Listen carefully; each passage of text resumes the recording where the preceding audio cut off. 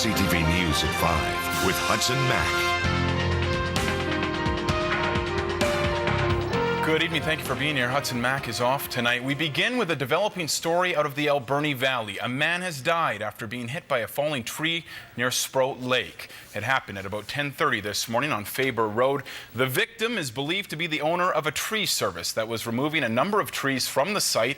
He was performing the work with several of his employees. He was rushed to hospital in critical condition but died soon after. The RCMP, WorkSafe BC, and the coroner are all on the scene, as well as CTV's Chandler Grief. He is in Port Alberni and will bring you more on this story in the next hour. RCMP say someone deliberately set a fire on the roof of a Colwood school, and they're hoping you will recognize the suspect from surveillance photos. RCMP say a campfire was left burning on the roof of Dunsmuir Middle School overnight between midnight and 6 this morning. The same man appears in surveillance images walking in front of the building. When staff arrived this morning, the smell of smoke led them to the smoldering fire. Students had to wait outdoors in a field for about an hour as fire crews extinguished the flames. The principal says the students learned an important lesson today, and that's not to play with fire. We have gone around to our student population to tell them that looking at choices and looking at this is not the time to be doing this, and if they do find or hear or they are with other friends that are making unwise choices, that this is not the time to make those choices. And this is a wrong choice. It costs money, and they are well aware of the damage and the expenses and the disruption that it has caused this morning. Firefighters managed to douse the blaze before it caused any serious damage to the roof. Investigators would like to hear from anyone who recognizes the man in the surveillance photos. Well, more proof yet again today that our grasslands are extremely dry. Firefighters in Saanich were called out to Christmas Hill this afternoon when flames broke out and began to spread. Fire crews were Johnny on the spot, dousing the flames burning in the trees and dry grass on the top of the hill. Firefighters had the flames under control within minutes, but had to give the area a good soaking to prevent any hot spots from igniting. Fire crews say on hot days like today, it's easy for something small, such as a broken piece of glass, to spark something really big. We haven't had any rain since gosh, I can't remember how long it's been, since almost a month. And so everything is dry, and every time the wind picks up, it makes it drier. So I can't stress how important it is that everybody be aware out in the bush.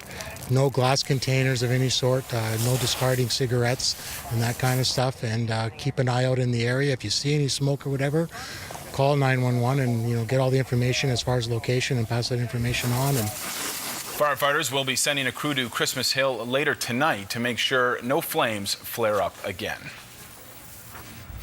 And the hot and dry conditions have prompted the Coastal Fire Centre to extend its burning ban into the fall. Staff say the ban will remain in effect into October just to be safe. We have extended our Category 2 prohibition, which is backyard and debris burning, and burn barrels and fireworks as well. Because of the concern with public safety, we do not want people to have any kind of an ignition source, and we don't want anything lit right now. It is too hot, too dry. The fire risk is rated as high on 75% of the Vancouver Island. Parts of the east side are sitting at extreme. Well, you've likely noticed Hudson's not here today. Andrew's not here either. We were a little thin on staff around here today because a number of people were out golfing. They were doing it to help raise money for the Tour de Rock. It was the Cowichan Canadian Tire tee-off for the tour event at the Cowichan Golf Club, and a number of CTV personalities, along with police officers, community leaders, and the general public, hit the green for the big fundraiser. Our media writer this year is Erin Glazier. She could be spotted on the links with a host of other CTV personalities enjoying the sunshine and this perfect weather, including our own Bruce Williams, who is also there, and he joins us now with more. Bruce. And everybody all day has been giving Astrid credit for the nice weather. Used to be me that got that credit, but I'm okay with that. Perfect day here today, Joe. The weather is outstanding for what we're doing. This is the Cowichan Canadian Tire tee-off for the tour at the Cowichan Golf and Country Club. And of course, one of the great attractions for this entire thing is the opportunity to work with my dear friend, my non-identical twin brother, Norm Jackson. The Couch and Golf and Country Club. It is kind of funny when people think I'm you. It is hilarious. I get people all the time. Hi, Bruce. How are you? And nice job on the weather. The giveaway is when I try and golf, and they realize, oh no, that's not Norm. That's Exactly. not Norm at When all. I really try and do the weather, I'm not that good at it. We are here to thank you and your staff, and especially your members and board for welcoming us here today. We couldn't do this tournament without you guys. What a great pleasure it is for the Couch and Golf Club and all the members to be able to give back and to help kids. And it's just overwhelming, the great generosity of the people of the Valley and of Vancouver Island. Yeah, we do it here because, you know, Mid-Island people and Victoria people can kind of meet in the middle here at Cowichan.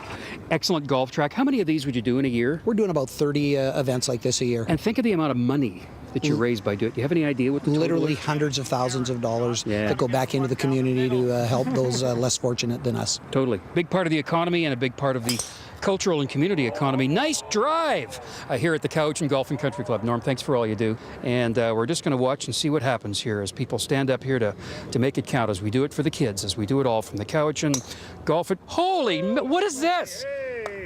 You haven't been working much, have you? He works for us. Anyway, talk to you a little bit later on with more. Thanks, Bruce. The University of Victoria encourages students and staff to use transit, but still deals with a huge amount of vehicle traffic. So many cars, the campus needs a new parkade. The third time was the charm for getting that parkade approved by Saanich Council. After coming up with a new design for the structure and holding public open houses, UVic came up with a winning proposal. Saanich has approved the 10-meter high parkade at the university's Mackenzie Avenue entrance, which will hold more than 300 vehicles. More than 1,500 ICBC workers across the province walked off the job today. Unionized workers from QP Local 378 formed picket lines outside of claim centres in Victoria as they staged a one-day strike.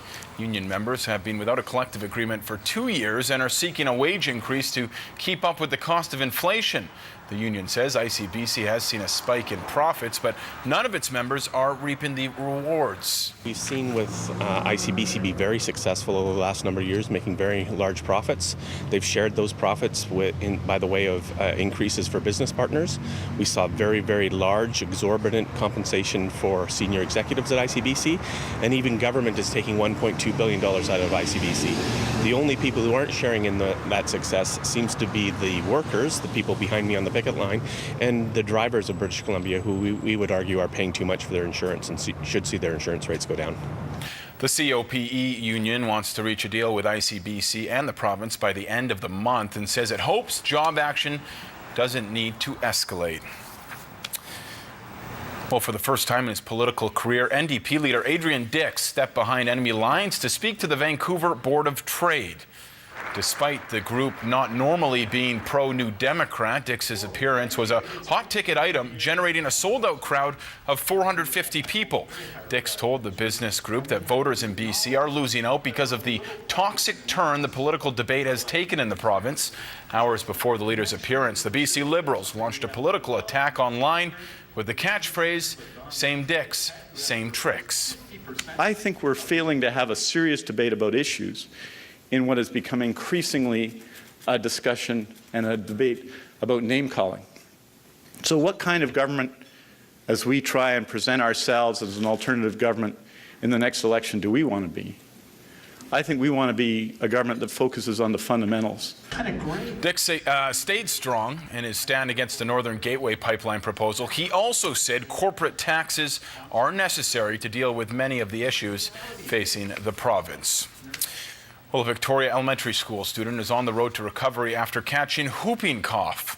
The child is taking antibiotics and should return to class at Margaret Jenkins Elementary School soon. The Vancouver Island Health Authority is urging parents to immunize their young children and make sure older children have booster shots. A warning letter was sent home with all Margaret Jenkins students after the whooping cough was diagnosed. VIHA says it's important people take precautions to prevent infection. The highest risk group that are most vulnerable to getting the serious complications of pertussis, including even death, are the very young infants. So we absolutely recommend that all children and babies get their pertussis immunizations, make sure they're all kept up to date, and that for children, adolescents in the grade 9 age are also eligible for a booster, and we definitely recommend that they get that. So far this year, 33 cases of whooping cough have been reported on Vancouver Island. Whooping cough is a contagious bacterial infection of the lungs and airways that can lead to brain damage or death if not treated properly. Well, imagine if you didn't have to pay rent or your mortgage for the rest of the year or even 1 month. It sounds maybe too good to be true, but for one nonprofit organization, that's a reality. Thanks to a generous donation, the Rainbow Kitchen in Esquimalt won't have to pay rent for the rest of the year. The Victoria Real Estate Board has donated $10,000 to help the kitchen after the kitchen won the board's Build Your Dream competition. The Rainbow Kitchen entered the contest after struggling to make ends meet and losing its Vic West facility. This is our community. Realtors are very active in their community. A lot of us do a lot of volunteer work in a lot of different organizations, and we need to build up our own community. That's what we do. We're planning on getting lots of realtors out to help with the serving of lunches and any other volunteer activities that are needed by the kitchen. The Rainbow Kitchen provides breakfast and lunch Monday through Friday for nearly 125 people every week. Astrid and some other members of the CTV team at that golf tournament supporting the Tour de Rock riders. The team will begin its 1,000-kilometer journey down Vancouver Island this weekend while raising money for childhood cancer. But before heading out on the road, riders are cooking up ways to raise a bit more money. Riders were serving up coffee and selling smile cookies at Tim Hortons this morning to help raise money for the Canadian Cancer Society. All proceeds will go towards pediatric cancer research and programs for children with a history of the deadly disease. The riders say they hope to bring smiles to many children's faces, just like the cookies. It's all going to be worth it when we see the smiles on the faces and ride into places where they've been planning the fundraising for this worthy cause for 6 months, so actually for all year. So it's a wonderful thing to be a part of, and we want to put an end to childhood cancers. The Tour de Rock team will head to Port Alice on Saturday, then start the trek early Sunday morning. An Nanaimo man is counting his lucky stars after his vehicle flipped over in the south end of the city. RCMP say the driver is also lucky he did not hurt someone else. Officers were called to the city's south end shortly before 9. They found a Jetta on its side in the ditch at the corner of Albion Street and Park Avenue, only meters from a nearby home. RCMP say the driver appeared intoxicated and was likely speeding.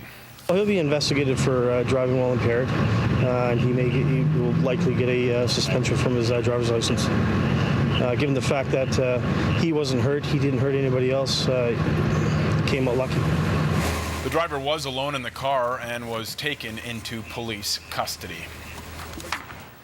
The Comox Valley RCMP is urging drivers to pay attention after handing out nearly 200 tickets this year to people using electronic devices behind the wheel. RCMP say 180 drivers have been given tickets after being caught using cell phones or iPads while driving. Officers are worried drivers are not getting the message, despite the $167 fine. An ICBC study shows drivers who talk or text miss 50% of what is going on around them.